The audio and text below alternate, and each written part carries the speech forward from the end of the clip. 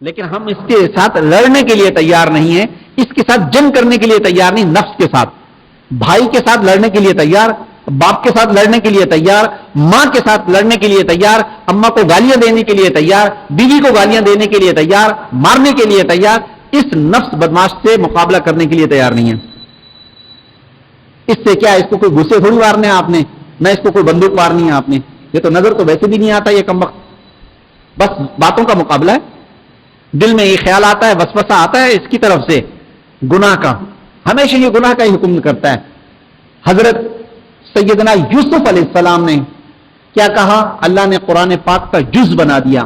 حضرت یوسف علیہ السلام نے کہا وما ابرئ نفسی ان النفس لامارۃ بالسوء الا ما رحم ربی۔ یوسف علیہ السلام نے کہا، اللہ نے قرآن پاک کا جز بنا دیا، کیا کہا؟ وما ابرئ نفسی، میں اپنے نفس کی برات کا اظہار نہیں کرتا۔ قرآن پاک میں بھی ہے فلا تزکوا انفسکم هو اعلم بمن اتقى، تم اپنے آپ کو بری مت کہلاؤ کہ یہ ہم پاک ہیں، ہم نیک ہیں۔ هو اعلم بمن اتقى، اللہ فرماتے میں جانتا ہوں تم میں کون تقوی والا ہے، کون متقی ہے، کون پرہیزگار ہے، میں جانتا ہوں، باقی تم اپنی زبان سے مت کہو۔ تو یوسف علیہ السلام نے بھی یہی کہا، میں اپنے نفس کی برات کا اظہار نہیں کرتا۔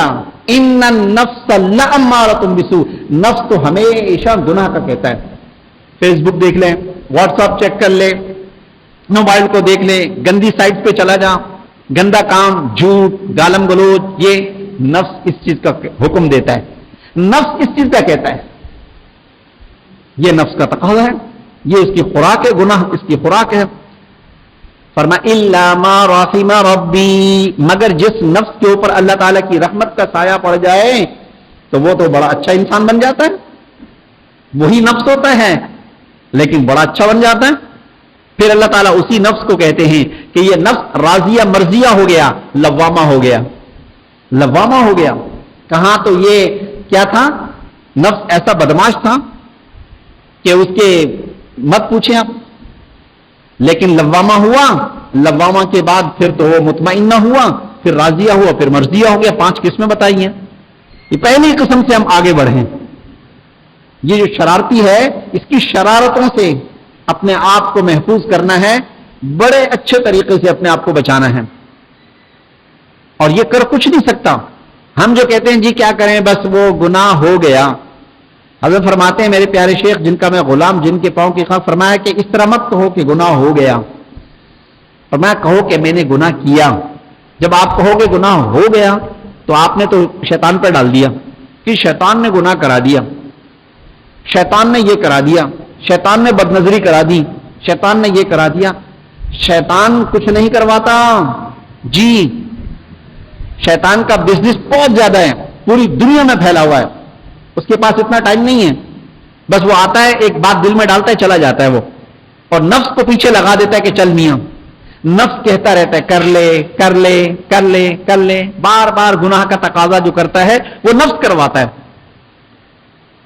اور اگر انسان اس کے سامنے ڈٹ جائے تو کچھ بھی نہیں کر سکتا۔ مجھے آپ بتائیں آج تک کبھی کسی نے کوئی خبر ایسی سنی ہو تو کھڑا ہو جائے وہ بتا دے مجھے کہ کسی صاحب نے ارادہ کیا ہو کہ بھی میں داڑھی رکھوں گا اور اس کی داڑھی آ بھی گئی، صبح اٹھا کلین شیپ، ارے میں نے تو داڑھی رکھی ہوئی تھی، میری داڑھی تو 2 چاول کے برابر بھی ہو گئی تھی، داڑھی کدھر گئی؟ پتہ چلا رات کو شیطان آیا تھا، اس کے پاس وہ سارے اوزار بھی تھے، وہ صاف کر کے چلا گیا۔ کبھی ایسا کسی نے سنا ہو؟ ہم نے نہیں سنا۔ شیطان کے اندر اللہ نے اتنی طاقت نہیں دی ہے کہ کوئی داڑھی رکھے اور وہ موڑ کے چلا جائے، وہ اتنا اس کے اندر طاقت نہیں ہے، وہ دل میں ہی ڈالے گا، مڈالے اچھی نہیں لگی، بری لگ رہی ہے، لوگوں کے ذریعے وسوسہ، لوگوں کے ذریعے باتیں، وہ پھر جا کے خود نائی کی دکان میں بیٹھے گا، خود جا کے داڑھی مڈا لے گا۔ لیکن شیطان کو اتنی طاقت نہیں ہے کہ وہ رات میں آئے اور آپ کی داڑھی، اس کے اندر تو بالکل طاقت، آپ کی قوت ارادی اتنی زبردست ہے، آپ کا اخلاص اتنی طاقت ہے کہ شیطان اس کا مقابلہ نہیں کر سکتا۔ وہ لکھا ہے نا کہ ایک عابد تھا، بڑا نیک آدمی، اللہ کی عبادت کرتا تھا، بہت نیک تھا، تو اس کو کسی نے کہا کہ ارے میاں تو اپنی عبادت میں لگا ہوا ہے، لوگ شرک کر رہے ہیں، ایک درخت کی عبادت کر رہے ہیں، تیرے سے اللہ میاں پوچھے گا نہیں؟ تو نے لوگوں کو جہنم کی آگ سے نہیں بچایا؟ یہ جناب عابد صاحب کو غصہ آ گیا کہ واقعی بات تو درست ہے. انہوں نے کلاڑا اٹھایا کندھے پہ اور جناب درخت کی طرف جانے لگا. راستے میں شیطان انسانی صورت میں سامنے آ گیا. کہا کدھر جاتا ہے؟ کہا وہ لوگ شرک کر رہے ہیں، درخت کی عبادت کر رہے ہیں، اس کو میں کاٹنے جا رہا ہوں. اس نے کہا چھوڑ دے، کیا کرے گا کاٹ کے، تو اپنا کام کر، اتنی اچھی عبادت کرتا ہے، تو نیک آدمی ہے، ان چکروں میں کیا پڑتا ہے، بس تو اپنا کام کر، عبادت کر، چھوڑ ان چیزوں کو. عابد نے کہا کہ تو میرا راستہ روکتا ہے، ہٹ جا میرے راستے سے. شیطان نے کہا نہیں ہٹتا ہوں. عابد نے پکڑا اس کو گلے سے، یوں پکڑ کے نیچے گرایا، شیطان نیچے پڑا ہوا تھا. عابد صاحب اس کے اوپر بیٹھ گئے. اب شیطان اے کر رہا ہے، چھوڑ دے مجھے. کہا چلو ہٹ، میرے راستے میں مت آنا.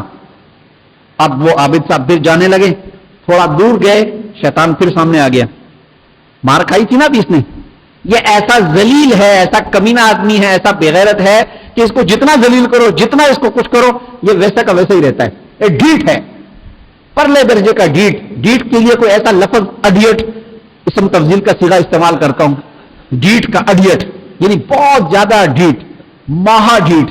ٹھیک، اور کوئی الفاظ نہیں ہے میرے پاس اس کے لیے. اتنا ذلیل ہوا، اتنا رسوا ہوا، پھر کھڑا ہے سامنے. عابد صاحب جا رہے ہیں کلاڑی لے کے، پھر آ گیا. کہا کہاں جا رہے ہیں؟ کہا پھر آ گیا تم کمبخت، ہٹ جا میرے راستے سے، میں درخت کو کاٹنے جا رہا ہوں.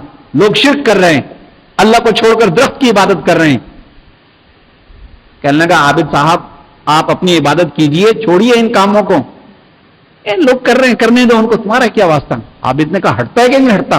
یہاں سے پکڑا اور پکڑ کے نیچے پٹک دیا اس کو، اور عابد صاحب سینے پہ چڑھ کر بیٹھ گئے اس کے. وہ نیچے کر رہا ہے.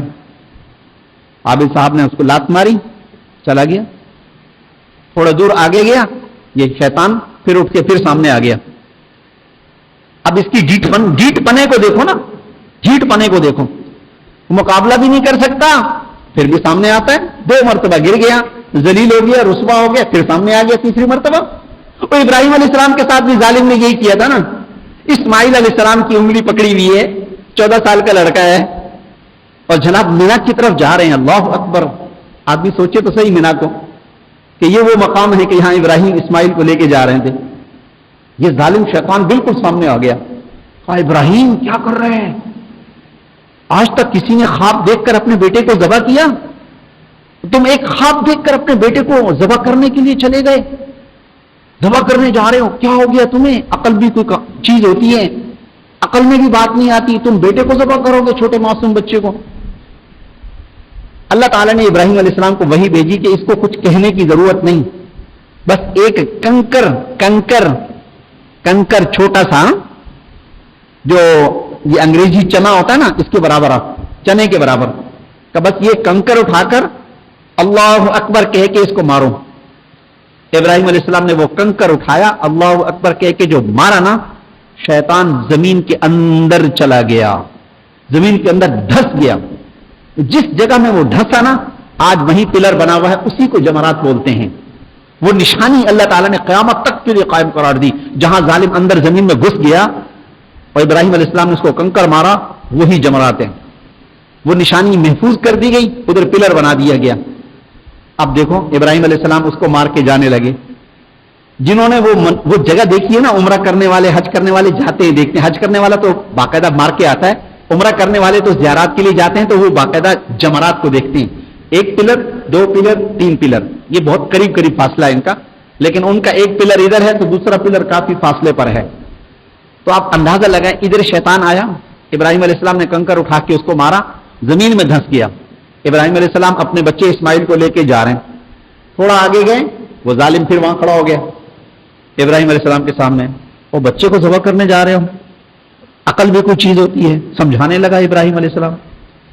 ابراہیم علیہ السلام نے تو اس کی تو کوئی جواب دینے کی ضرورت ہی نہیں ہے، شیطان ہے.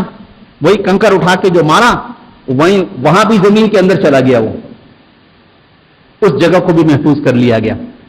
2 دفعہ ہو گیا. آگے جانے لگے، تیسری جگہ پھر کھڑا ہو گیا سامنے.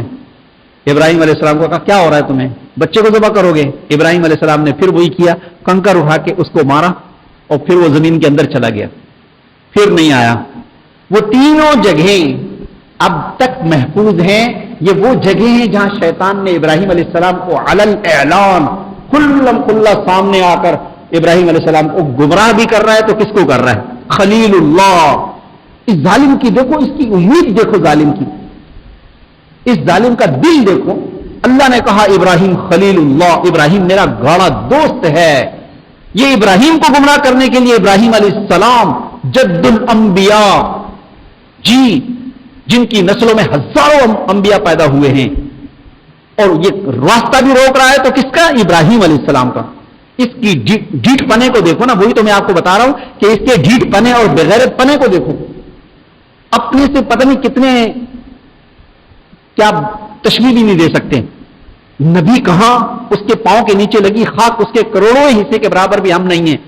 شیطان تو ہے ہی نہیں نا، لیکن شیطان چلا کس کو؟ ابراہیم کا راستہ روکنے کے لیے. اندازہ کریں آپ. تو یہ شیطان مجھے آپ کو چھوڑ دے گا؟